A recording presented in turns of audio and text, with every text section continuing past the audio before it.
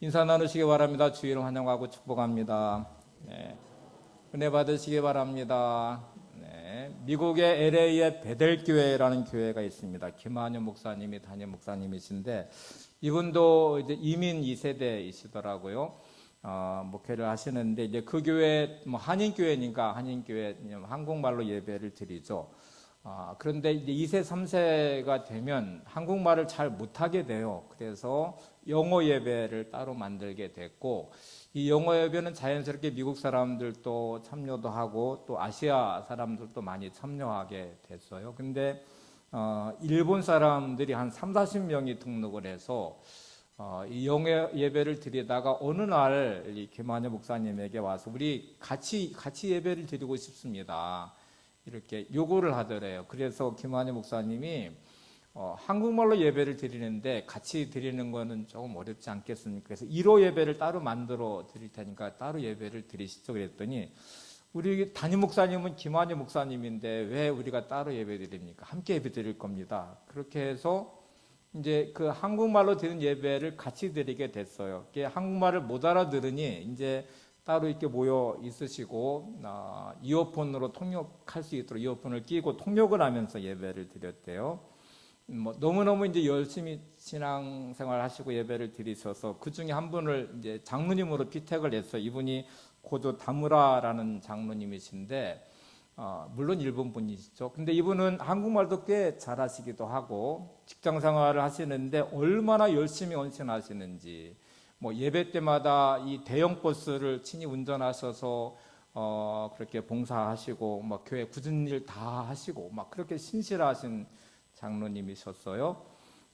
김한효 목사님이 예배를 드릴 평상시는 좋은데 어느 때는 불편한 점들이 생기게 돼. 예를 들면 한일 축구가 있었던 날, 우리나라가 승리를 했어요. 그럼 기쁘잖아요. 그래서 예배 시간에 그 기쁨을 나누고 싶은 마음이 너무 간절하고 또 그런 말을 했으면 좋겠는데 거기 일본인 교인들이 있으니까 그런 말도 못하고 이런저런 불편함이 있었어요. 근데 이제 은퇴하신 그 원로 목사님이 몇 달에 한 번씩 설교를 하시게 되는데 그날 설교하시는 날 공교롭게 일본과 한국의 그 독도 문제 때문에 분쟁이 심하고 독도는 우리 땅이야 노래가 많이 불려지고 있고 그리고 이분 대단한 애국자이시기도 하대요. 그래서 설교하는데 물분에 차가지고 왜 독도가 일본 땅이냐 우리나라 땅인데 그러면서 열변을 토하시다가 이 고조 다무라 장로님을 앞으로 나오라고 하더래요.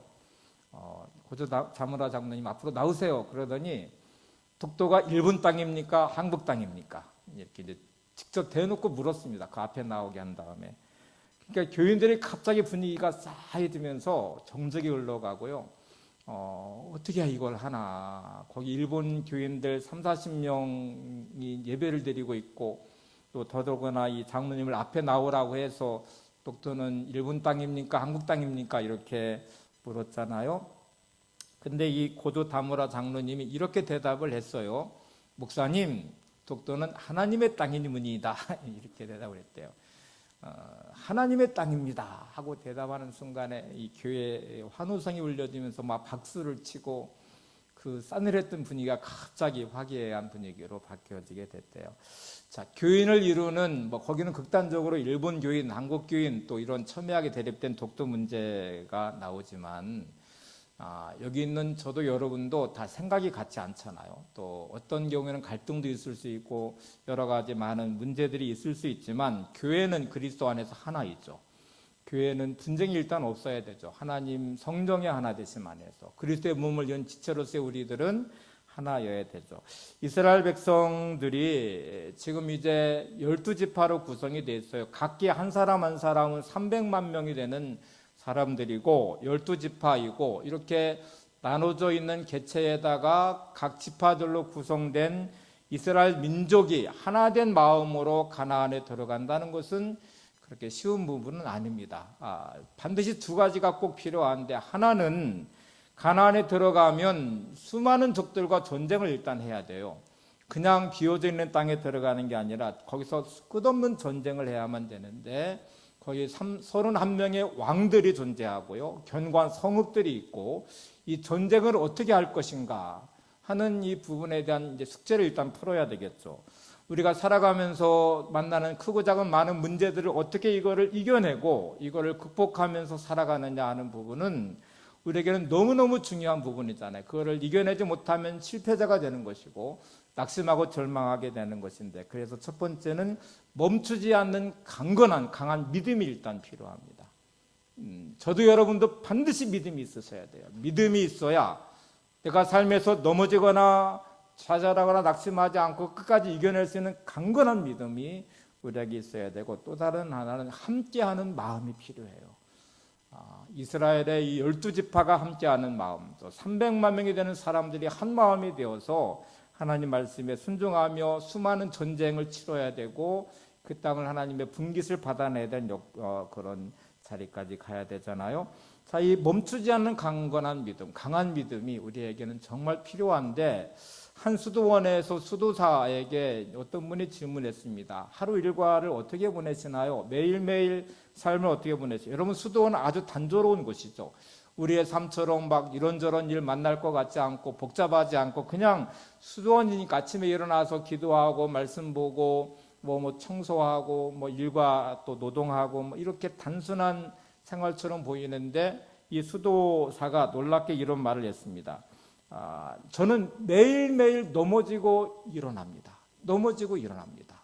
이렇게 답을 했어요. 여러분, 혼자 있든지 여럿이 있든지, 여러분의 삶의 자리가 힘들든지 뭐 힘들지 않든지 우리는 영적으로 늘 싸움을 하는 사람들이에요. 그래서 혼자 있어도 시험될 일 많고요.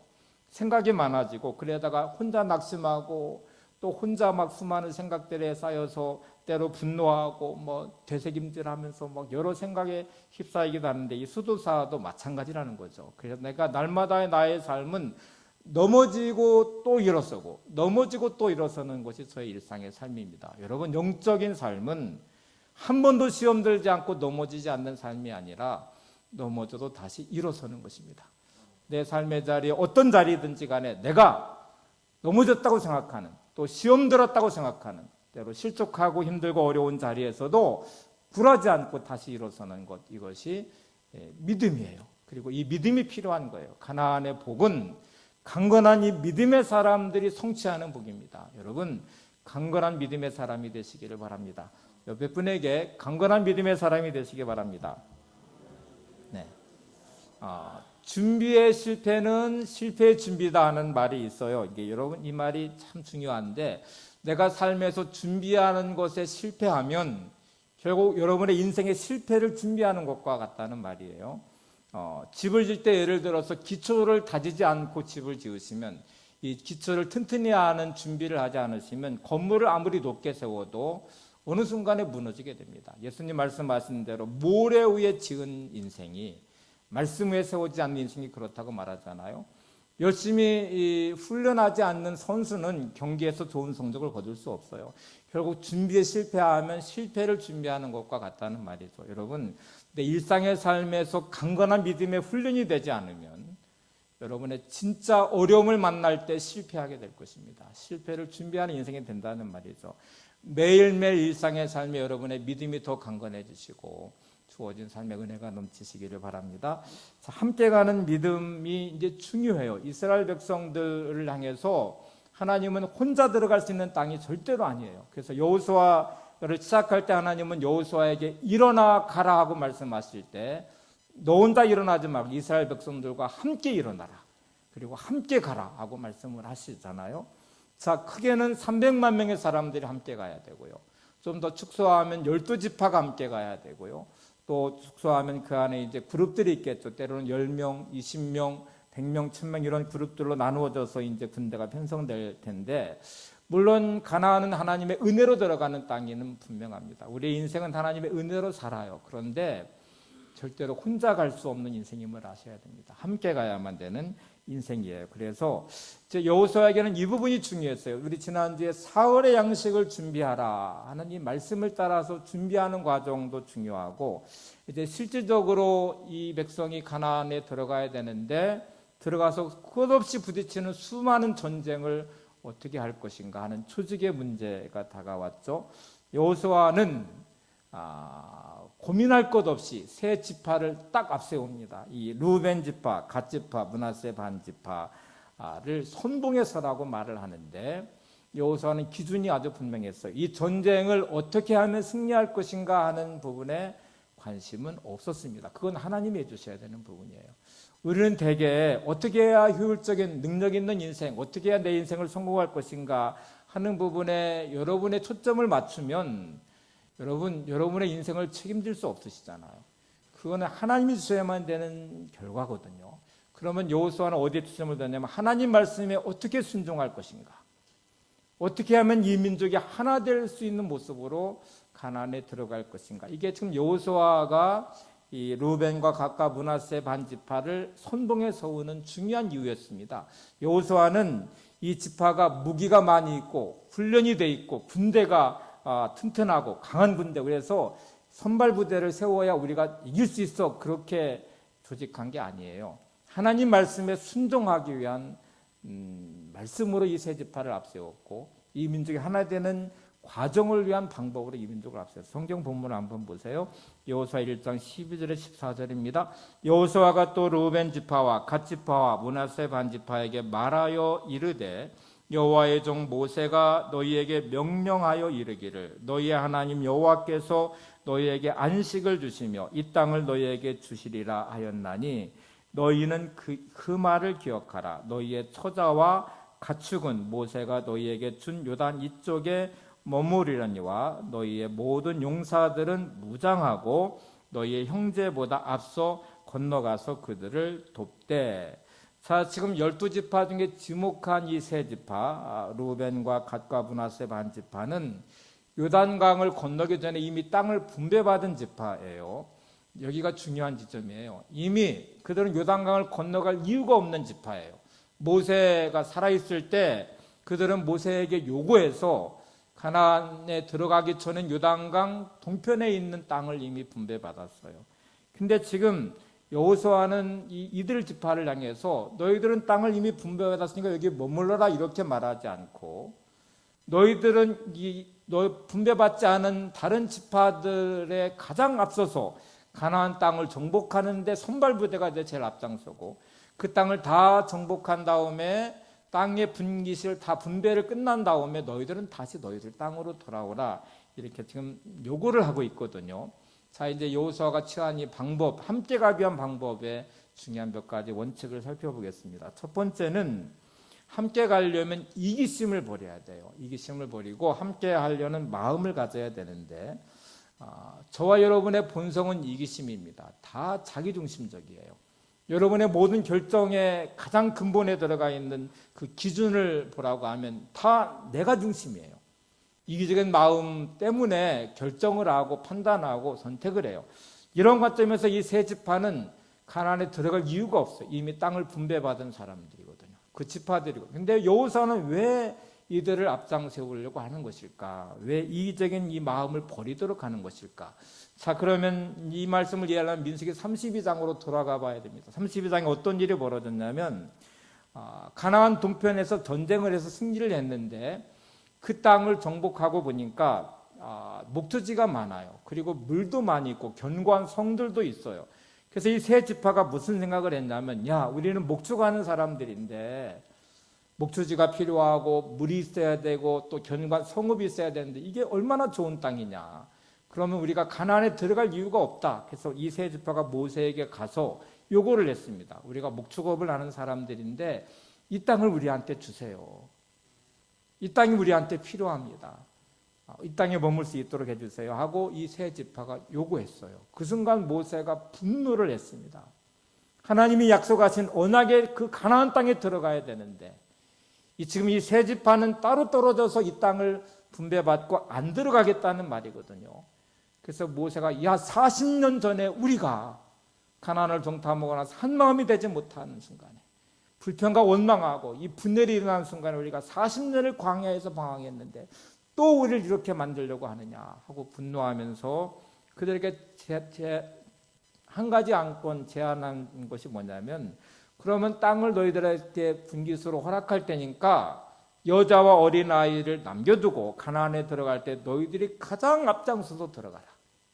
그리고 그 땅을 다 정복해 나머지 지파들이 땅이 분배받을 때까지 분기서 올 때까지 함께 한 다음에 그리고 너희들은 돌아와라 이렇게 말을 했고요. 그들은 그거를 맹세했어요.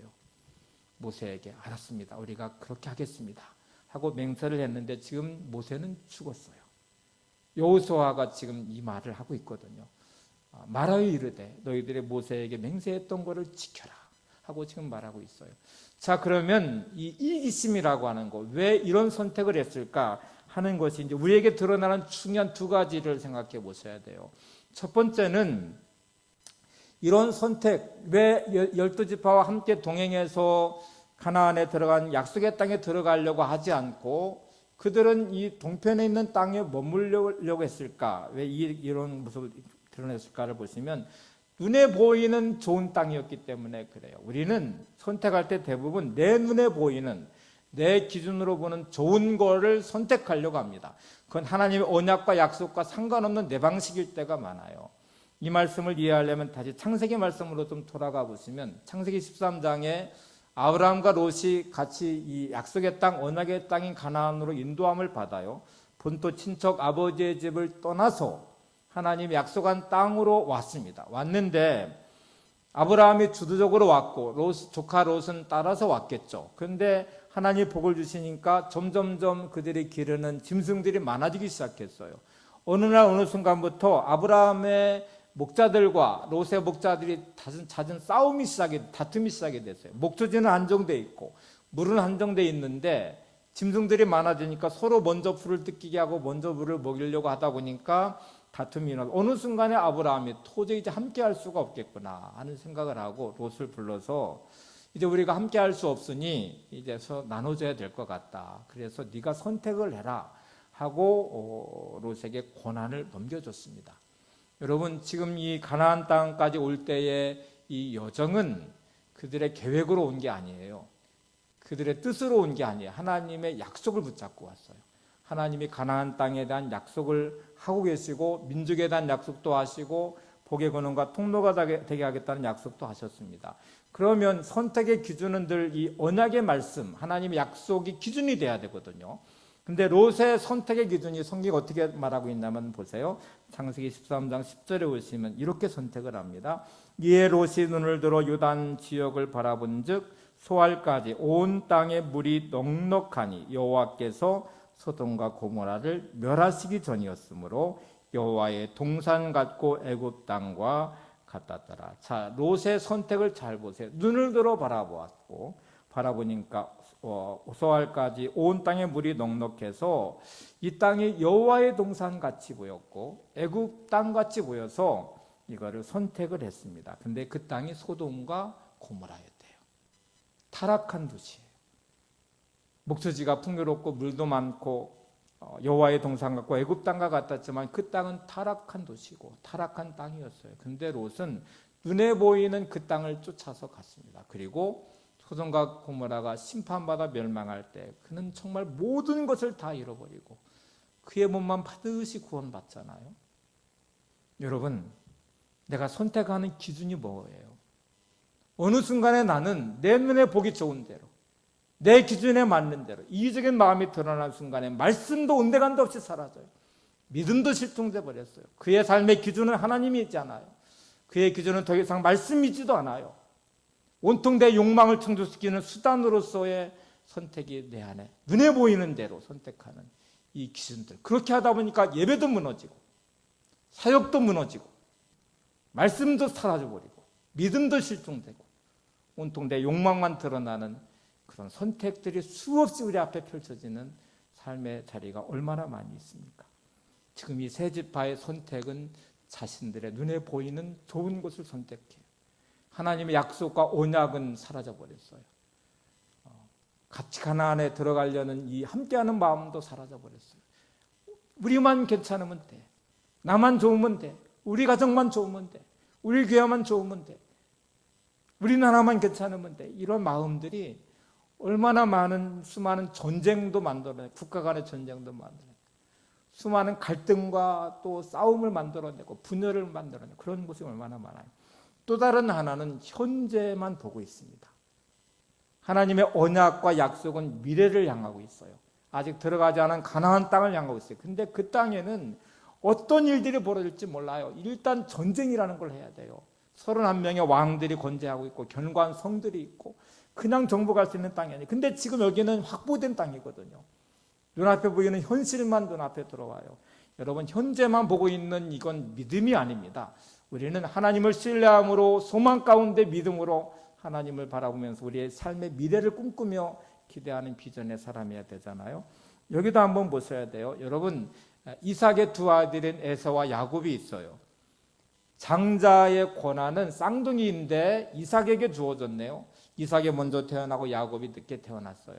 여러분, 장자의 권한이라는 건 어마어마한 것입니다. 재산을 물려받는 것도 있지만 하나님의 이 장자권이 이제 이어진다는 것인데 그 권리가 에서에게 주어졌어요. 근데 야곱은 쌍둥이로 태어났는데 장자의 권한이 에서에게 있는 게 못마땅해요. 그래서 막 어떻게든 이거를 가지려고 수단번복하지 않는데 그 대가를 혹독히 야곱도 지불하죠.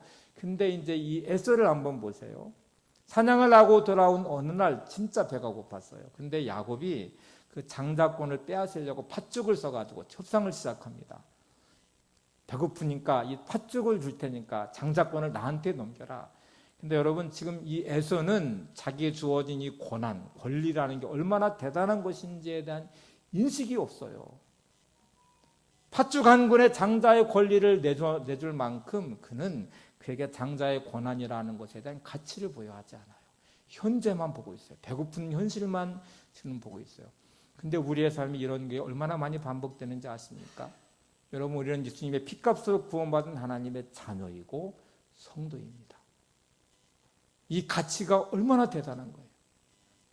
우리가 구원받은 자녀가 되기 위해서 하나님은 자신의 독생자를 내주셨어요. 주님은 이 땅에 오셔서 자신의 목숨을 십자가에 죽으심으로 스스로 죄물 되셔서 우리를 구원하시고 그리고 성도라고 하나님의 자녀라고 말씀하셨어요.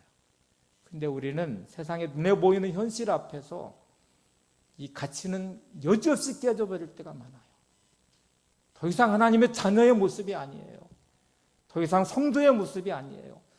내게 끌어오른 감정이 내뱉는 순간에 내 눈앞에 있는 이익 앞에 내가 현실만 보면서 선택하는 그 기준 앞에는 하나님의 자녀됨의 이 권한과 능력과 거룩함의 성도의 모습은 순식간에 사라져버리고 온갖 인간적인 이 타락한 모습이, 추악한 모습이 드러나는 삶의 자리가 너무너무 많습니다.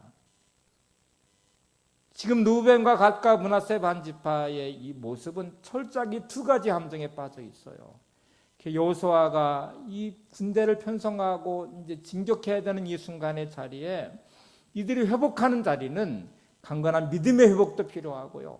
그리고 이기적인 마음을 버리고 이스라엘 백성들과 함께하는 마음, 다른 지파들과 함께하는 마음의 회복이 필요해요. 그래서 요구하고 있습니다.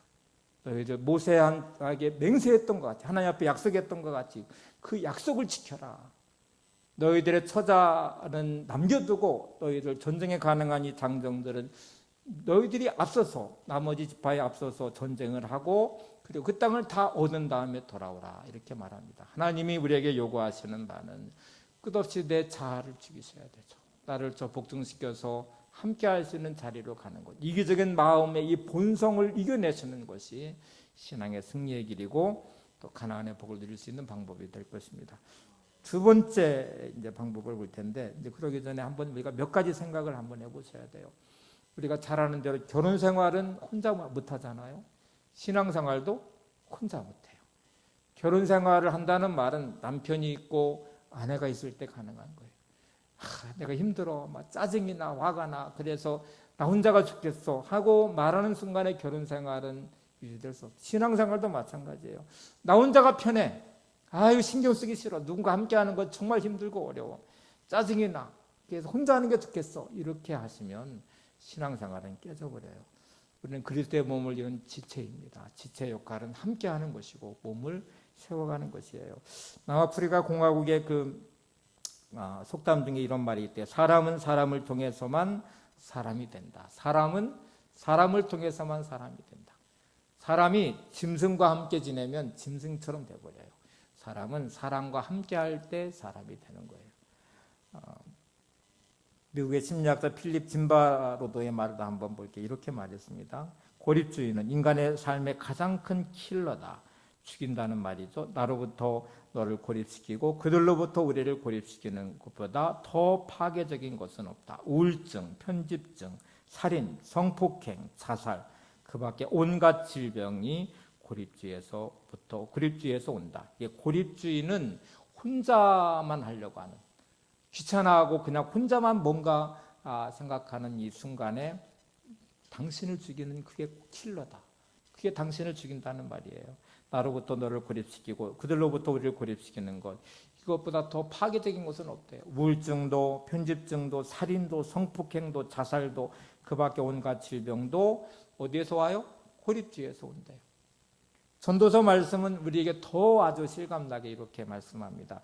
전도서 4장 9절에서 12절, 제가 좀 이렇게 이해하기 쉽게 현대인의 성경으로 말씀을 읽어볼게요. 두 사람이 한 사람보다 더 나은 것은 협력함으로 이 일을 효과적으로 할 수 있기 때문이다.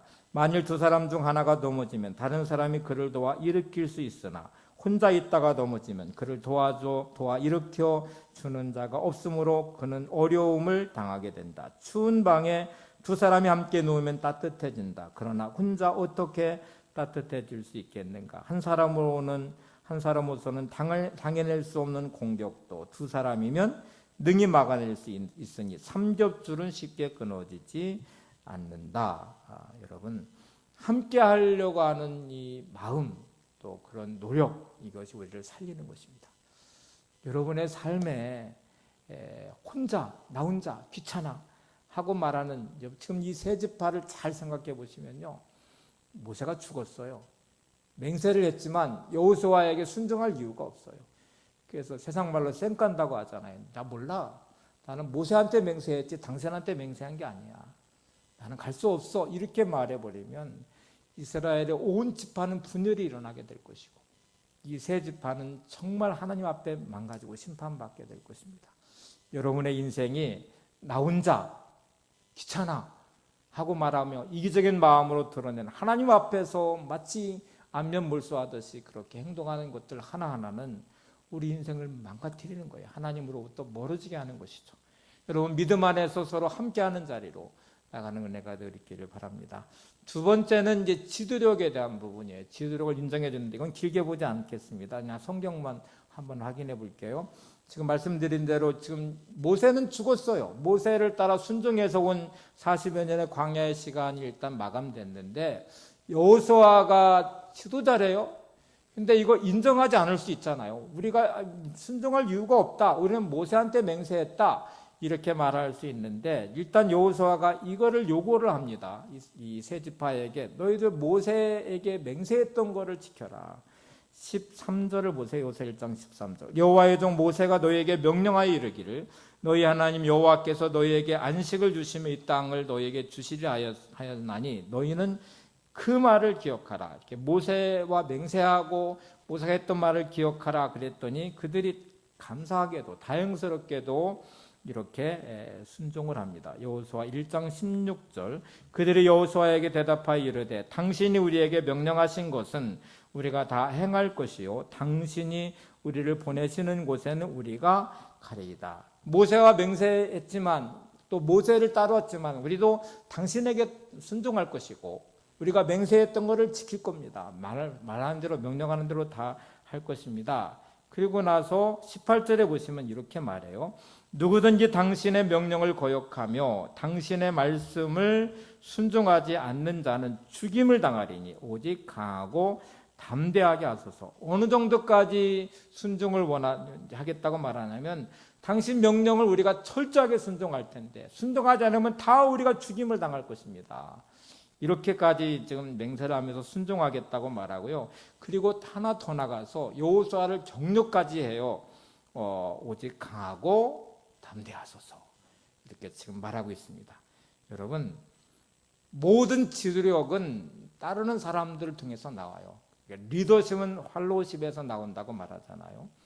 따라주는 사람이 없으면 리더십은 생길 수가 없습니다. 지도자라는 말은 그 지도력 안에 따르는 사람들이 있기 때문에 가능한 거예요. 교회는 여러 직분이 있습니다. 제가 이제 오늘 말씀드리는 건 저를 따르라는 말을 하려는 게 아니에요. 목회하는 목회자 입장에서 여러분이 말씀을 따라 순종하는 삶이 중요하죠. 근데 여러분의 각자의 직분들이 있으시잖아요. 그리고 각 사역에는 맡겨진 사역들이 다 있어요. 서로 존중해 주셔야 됩니다. 내 인생도 중요하고 내가 하는 사역도 중요하지만 존중받아야 되죠. 근데 누군가가 나를 인정해 줘야 내 사역이 존중받는 거잖아요. 나는 열심히 하는데 아무도 인정해 주지 않아요. 자꾸 비판만 해요. 힘을 빼버려요. 그러면 사역에 세워질 수가 없어요. 여러분 각기 맡겨진 직분에 맡겨진 사명을 감당하신 일에 영적 자부심도 가져주셔야 되고 서로 존중해 주셔야 돼요. 인정해 주셔야 돼요. 그게 교회를 이루어가는 아주 중요한 모습이 될 것입니다. 제가 목회자이기 때문에 여러 사역을 이제 당회를 통해 결정하기도 하고 때로 위임해 주기도 하고 맡겨주는데 제가 일단 맡기면 특별히 간섭을 하지 않아요. 왜냐하면 저도 존중해 줘야 되잖아요. 그분들의 사역을 저도 따라줘야 되잖아요. 그렇기 때문에 이렇게 저렇게 막 관여하고 막 이렇게 해야 된다고 사사건건 말하기 시작하면 그들의 사역이 세워지기가 어렵잖아요. 그래서 하나님이 세워주신 사역이라고 믿고 세워진 직분이라고 믿기 때문에 우리 서로 이 리더십을 세우기에 팔로우십이 있어야 됩니다. 따라주는 마음이 있으셔야 하고 존중하는 마음, 각기 맡겨진 사역에 정체성도 가지셔야 되고 또 여러 사역에 하시는 분들을 존중해 주시고 또 격려해 주시고 배려하는 이 마음이 있기를 바랍니다. 이게 이제 중요한 부분인데 이제 이 두 번째 부분 잘 기억하시고 세 번째 마지막 세 번째인데요. 경청과 배려와 공감이라는 태도가 필요해요. 그러니까 함께한다는 말은 상대방을 존중하는 태도로부터 시작되는 경청, 그 사람의 말을 귀 기울여 들어줄 줄 알아야 되고 그리고 배려도 해주셔야 되고 또 공감도 해주셔야 돼요. 여호수아 1장 12절을 한번 보세요. 여호수아가 또 루벤 지파와 갓 지파와 므낫세 반 지파에게 말하여 이르되. 자, 여호수아는 지금 모세의 명령을 들어서 말하는데 오늘 성경에 정말 중요한 이유는 말하여 이르되라는 단어입니다. 여호수아가 명령하지 않았어요. 약속을 지켜라고 강압하지도 않았어요. 지금 말하여 이르되는 말의 원어적 의미가 설득하다, 나직하게 말하다 이런 의미가 담겨져 있어요. 지금 여호수아는 이 세 지파를 향해서 말을 할 때에 모세처럼 명령하거나 그렇게 하지 않고 그들을 설득을 하기 시작해요. 그리고 나직하게 말하기를 야 너희들이 모세하고 맹세하지 않았느냐, 하나님과 약속하지 않았느냐, 그러니까 이대로 하는 게 맞지 않아?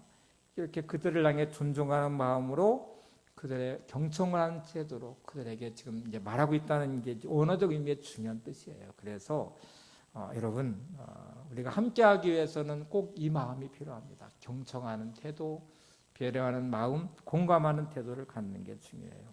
대화에는 두 가지 요소가 있대요. 하나는 이 경청이라는 단어인데 이제 지금 말하는 여호수아의 태도죠. 제가 책 하나를 좀 도움을 받았어요. 이 책인데 소통, 경청과 배려가 답이다. 이 손희태 씨가 쓴 책인데 경청과 배려가 답이다. 소통을 위해서는 경청과 배려가 있어야 된다는 말인데요. 사람이 이렇게 대화할 때 소리를 듣잖아요. 우리가 잘 아는 이렇게 히어링과 리스닝한 단어, 영어 두 단어를 많이 표현을 해요. 이렇게 듣는 거는 히어링이에요. 그냥 들려져요. 듣는 거죠. 대화할 때는 사람은 다 들어요. 네가 하는 말을 내가 들어. 근데 이쪽 귀로 들어 이쪽 귀로 빠져나가도 그냥 듣는 거예요. 아무 생각 없이 듣고 내 기준으로 듣고 내 감정으로 들어요. 근데 진짜 듣는다는 말은 리스닝한 말은 마음으로 듣는 것입니다.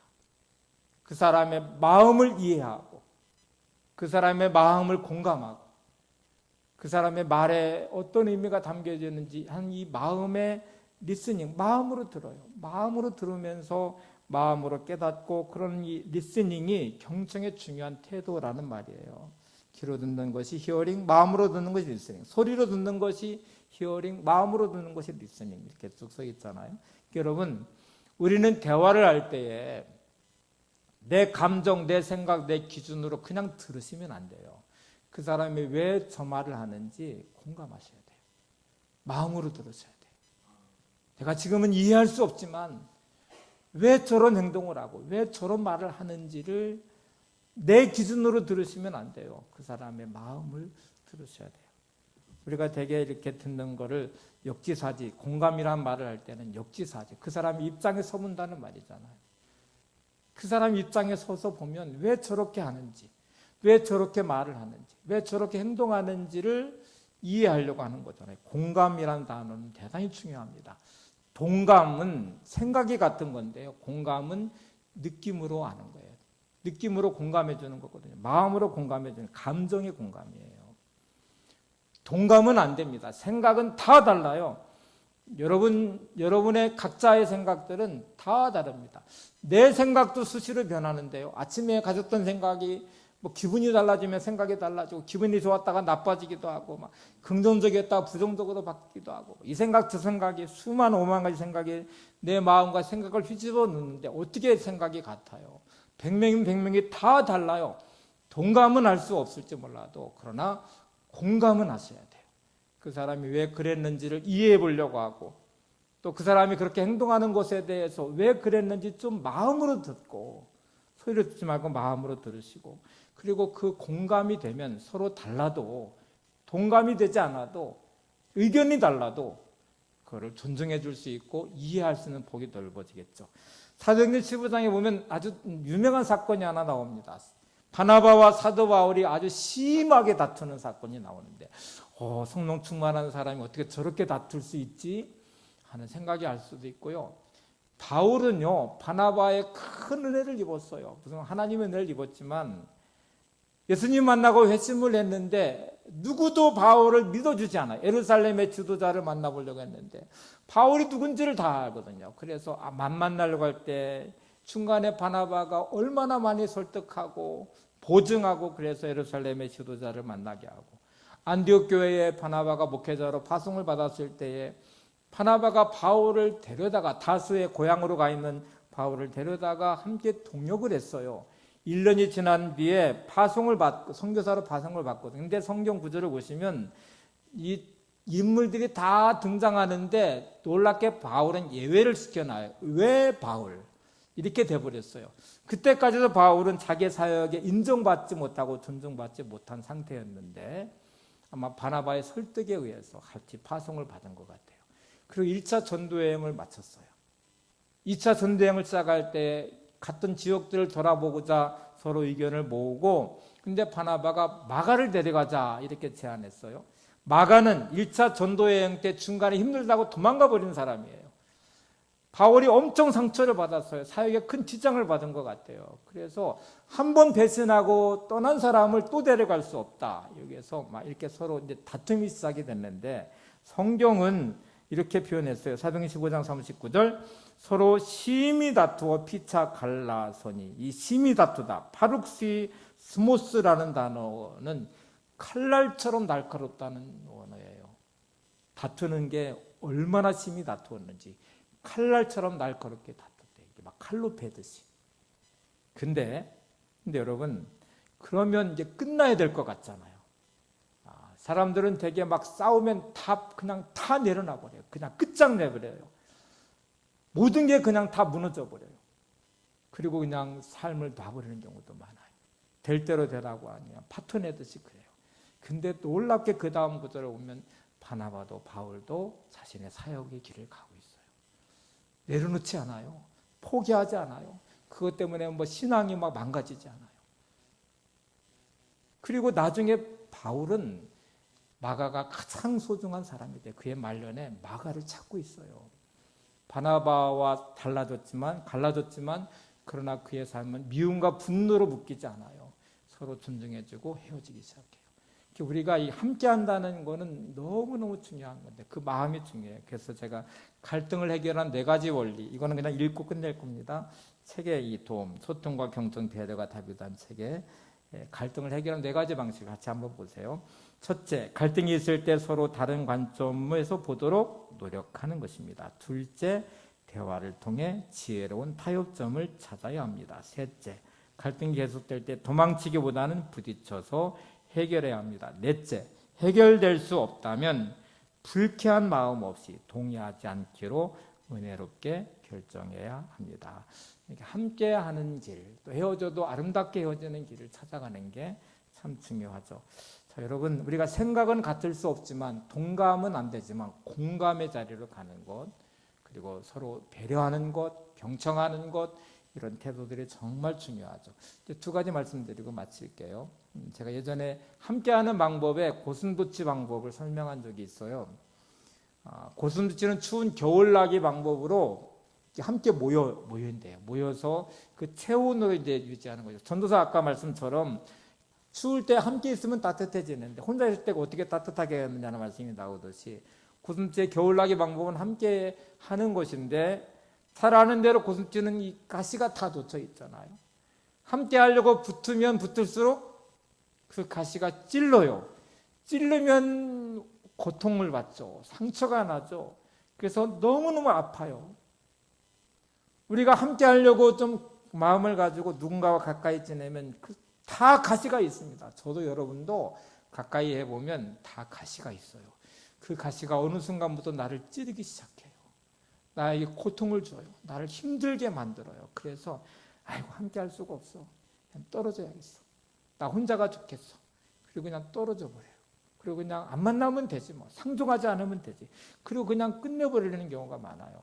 여러분, 고슴도치는 그렇게 찌르는 고통을 통해서 깨달아요. 그리고 떨어지면 그 추위를 이겨낼 수 없기 때문에 적당한 거리를 찾아내요. 찾아서 그 추운 겨울나기를 해내는 거예요. 함께 모여서 찌르지 않고 너무 멀리 떨어져 체온이 유지되지 못하도록 만들지 않고 함께 모여서 그 거리를 찾아내요. 여러분, 함께하는 길을 찾아가셔야 됩니다. 오늘 말씀으로 표현하면 이기적인 마음을 버리셔야 돼요. 지도력을 존중해 주셔야 돼요. 서로 존중하는 마음이 필요해요. 그리고 배려하는 마음, 경청하는 태도, 공감하는 이 마음과 태도를 가지셔야 함께 할 수 있습니다. 하나님은 함께 일어서서 함께 가나안으로 가기를 원하십니다. 이제 결론적으로 이 모든 과정의 중심에는 선택이라는 게 들어있어요. 여러분은 선택하셔야 돼요.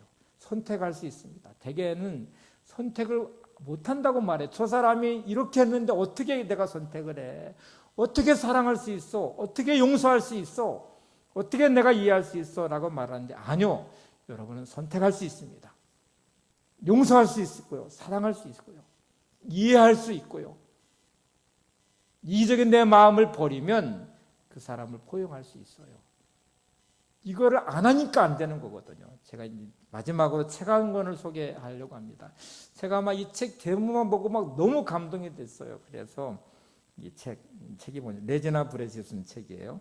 행복한 사람은 있는 것을 사랑하고 불행한 사람은 없는 것을 사랑한다. 책 제목이 길어요. 다시 말씀드릴게요. 행복한 사람은 뭐예요? 있는 것을 사랑하고 불행한 사람은 없는 것을 사랑한다. 자, 이건 선택이라는 아주 중요한 기준이 들었어요. 제가 이제 한 부분만 인용해 볼게요. 사람들은 더 많은 돈을 벌면, 더 예뻐지거나 멋진 사람과 결혼하면, 더 좋은 직장을 얻게 되면 더 행복해진다고 생각한다. 하지만 행복은 그런 게 아니다. 행복이란 가진 것의 문제가 아니라 선택하는 것이다.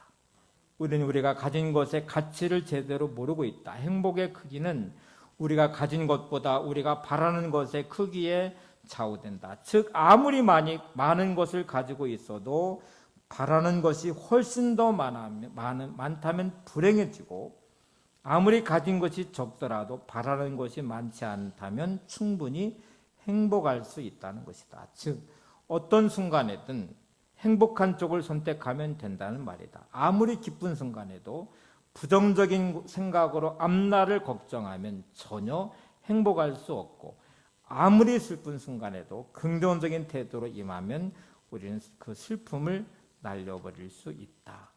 레지나 브렛의 인생을 좀 들여다보셔야 이게 이해가 돼요. 이 사람이 왜 이 책의 제목을 길게 뽑았을까? 행복한 사람은 있는 것을 사랑하고 불행한 사람은 없는 것을 사랑한다고 말하는 이유는요, 자기의 삶의 경험 때문에 그랬어요. 이 레지나 브렛은 11명의 자녀들 중에 5째로 태어났습니다. 여러분 요즘은 한 명, 두 명 자녀가 있어서 부모가 온통 사랑을 쏟고 정성을 다하고 보살피고 배려하고 막 그래요. 근데 예전에는 자녀가 많으면 그냥 방치해버려요. 알아서 커야 돼요. 먹고 사는데 바빠가지고요. 아이들을 돌볼 수가 없어요. 그래서 이 레지나 브레또 11명의 자녀들 중에 5째였는데 부모의 사랑을 받지 못했어요. 방치된 인생이었어요. 형제들끼리 막 싸우고 또 막 혼나기만 하고 사랑을 받지 못하고 존중받지 못하고 그렇게 성장한 자신의 자아가 깨져버린 거죠. 결혼을 했는데 그런 자아로 결국 온전한 결혼 생활을 못했나 봐요. 또 가정도 파탄나 버렸어요. 이혼을 하게 됐어요. 자녀를 낳는데 싱글 맘으로 혼자 18년 동안 아이를 양육해야 됐어요. 40살이 된 해에 유방암에 걸려서 큰 수술을 하게 됐어요. 인생이 무너지고 깨지고 그렇게 처박히듯이 인생이 그렇게 흘러가는 자신의 삶이 너무 비참했어요. 한순간도 행복하지가 않았어요. 자기 인생이 그렇게 끌려가는 어느 순간에 그는 생각해 봤습니다. 인생이 이렇게 끝나야 되는 것인가? 내 인생은 이렇게 불행한 인생으로 끝마치는 것인가? 하고 생각하는 어느 순간에 깨달음, 이게는 정말 중요한 깨달음이죠. 내가 불행하게 살고 싶지가 않아요.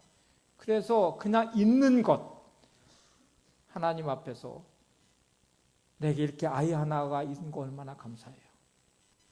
이 아이로 내가 살아가는 힘을 얻고 아이를 키워가면서 어쨌든 엄마의 기쁨을 얻게 되고 유방암에 걸려서 40살에 대수술을 했지만 아직도 살아있음이 얼마나 감사해요. 날마다 보는 태양이 감사하고 주어진 삶이 있음이 감사하고 오늘 여전히 누군가를 만날 수 있음이 감사하고 이렇게 살아가는 삶이 감사했어요. 그래서 그 있는 것에 대한 감사가 시작되는 순간에 놀랍게도 불행이 끝나고 행복해지기 시작했어요. 아, 인생은 이런 것이구나. 내가 뭔가를 이루어서가 아니라 변한 건 없는데 환경과 문제는 그대로인데 있는 거를 소중히 여기고 있는 것을 사랑하니까 행복해져요.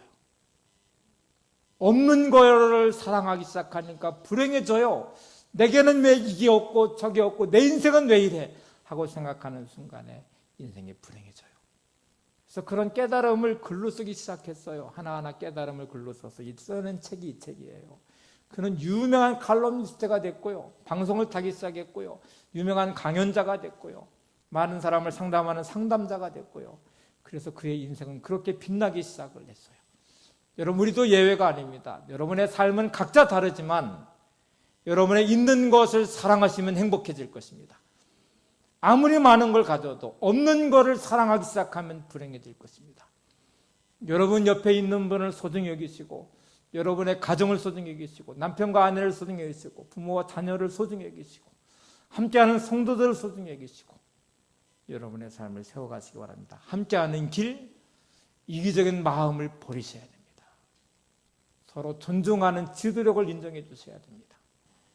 경청하는 태도, 배려하는 마음, 공감하는 태도를 가지시고 우리 하나님이 인도하시는 이 가나안의 여정을 따라갈 때에 강건한 넘어지지 않는 믿음으로 일어서셔서 함께하는 모습으로 우리 모두가 승리하시기를 바랍니다. 날마다 삶이 아름답게 세워지셔서 하나님이 영광 받으시는 삶으로 인도하신 그 영광의 가나안의 복을 다 누리시기를 바랍니다. 우리 움직이는 교회 가사 한번 잠깐 볼게요. 이렇게 되어 있어요. 우리는 주의 움직이는 교회, 우리 모두가 움직이는 교회래. 이곳은 주님을 위한 자리, 여러분의 있는 자리는 주님을 위한 자리예요. 내가 기도하는 모든 땅에서 하나님 예배를 받은 그날을 대하네. 나의 노래로 주님의 성전을 지으리. 높임을 받으소서. 이스라엘 찬송 중에 거하시는 주님 거룩하십니다. 두 손으로 주님의 보좌를 만들어 온 마음 다해 경배하리. 구름 날개 사이에 임하신 것처럼 내 위에 임하사 함께 찬양하시고 기도하겠습니다.